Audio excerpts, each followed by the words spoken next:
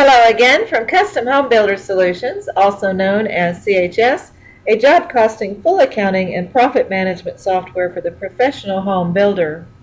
In the previous video, we were talking about using the list of unpaid payables to select unpaid payables that we posted for a check run to select them to pay. There's a couple of things I mentioned that I want to mention again real fast.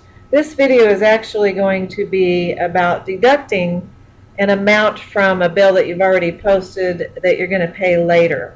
But let me go over a couple things first that I mentioned before.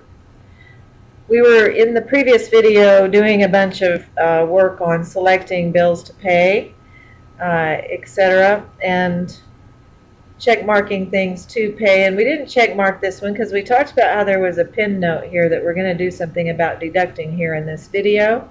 But I wanted to point out that I had shown you how you could do a search. You know, that one of the first things before you're selecting bills to pay is to pay attention to any notes that might have been written. So I just am going to do a search for ones that do just have pin notes. You can tell that somebody's written notes just because this icon shows up here.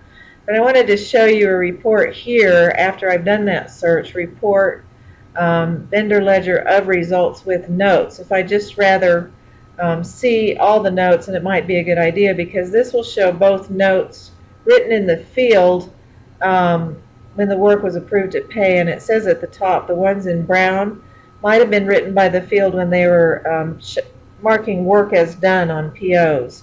And so there are also some additional notes that might show up here. So that could be one of the first things maybe you want to do is go ahead and print a report of everything that has notes. Now in this video, we can see here one of the notes is per George Brown, deduct $400 from this $1,400 invoice and just pay $1,000 for now. I want to discuss something with ABC first, and we'll let you know when to pay the $400 later. So basically, we want to pay $1,000 now and then pay $400 later. So we want to deduct $400 from this $1,400, but also have it be a record still there that we could pay later. So that's what we're going to talk about in this video. I'll close this. Since we did just search for ones with notes, we can demonstrate this just by using this without clearing the search. But if you want to deduct something to pay later, we use this little DED link. You'll see if you hover over it, click to deduct an amount to pay later from this invoice. I will click that, and this window will pop up, and it is telling you that if you're going to take a deduction that you are not going to pay later, to not use this window. You should just go post that, the minus $400, let's say, as a negative invoice on the Add New Payables windows. That way you'll have the 14 and the minus $400. You select those to pay and pay the check, and there won't be $400 left over to pay. This is designed for CHS to make the in and out entry, the minus amount and then a plus amount for you so that the 400 would still be there. It says enter a positive number for the deduction amount. So I'll do that. CHS then takes $1,400 minus the 400 and shows that the amount to pay would be $1,000. So it says post the deduction entries.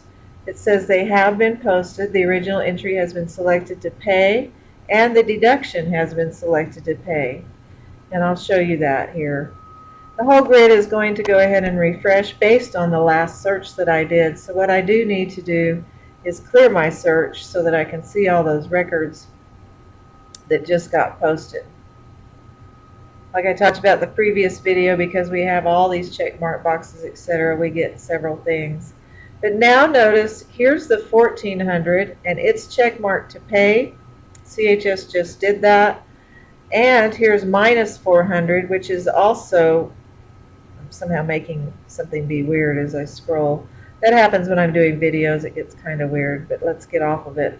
You can see both of those are check marked to pay. In other words, in a check run, it'll include $1,400 minus $400, so $1,000 for this particular invoice. And you can see that the description that CHS gave it was deduction to pay later. It gave it the very same invoice number, the very same job, the very same cost code.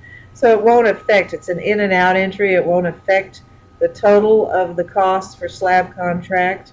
And this one is not checkmarked to pay this previous deduction taken. In other words, it will be in another check run, $400 and same previous deduction taken. And if for some reason you decide you didn't want to pay it later, you could come in and you could use this X to delete the record, and it'll check things. We'll say cancel, do not delete, because we don't really want to, but you could delete that $400 later if you wanted to. If there's some reason they decide not to pay it after all, and there's some note here saying don't ever pay it, that kind of thing. Let's pretend like this has been OK1 and OK2. We could tell by our note even. But we've done that. So if you wanted to do a little bit of note about what this was for later, because you realize these will go away, you could say, per Carol, I mean the bookkeeper, deduction was taken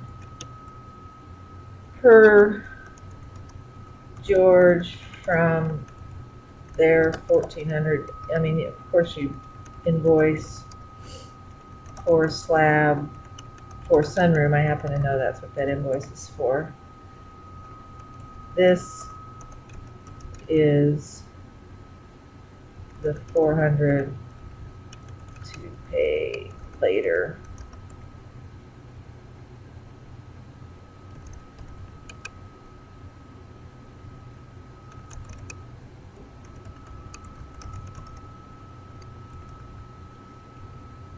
And just save that. So now there's a pen icon to remind myself. You can write yourself notes, for when you're going to be back here about what this was for.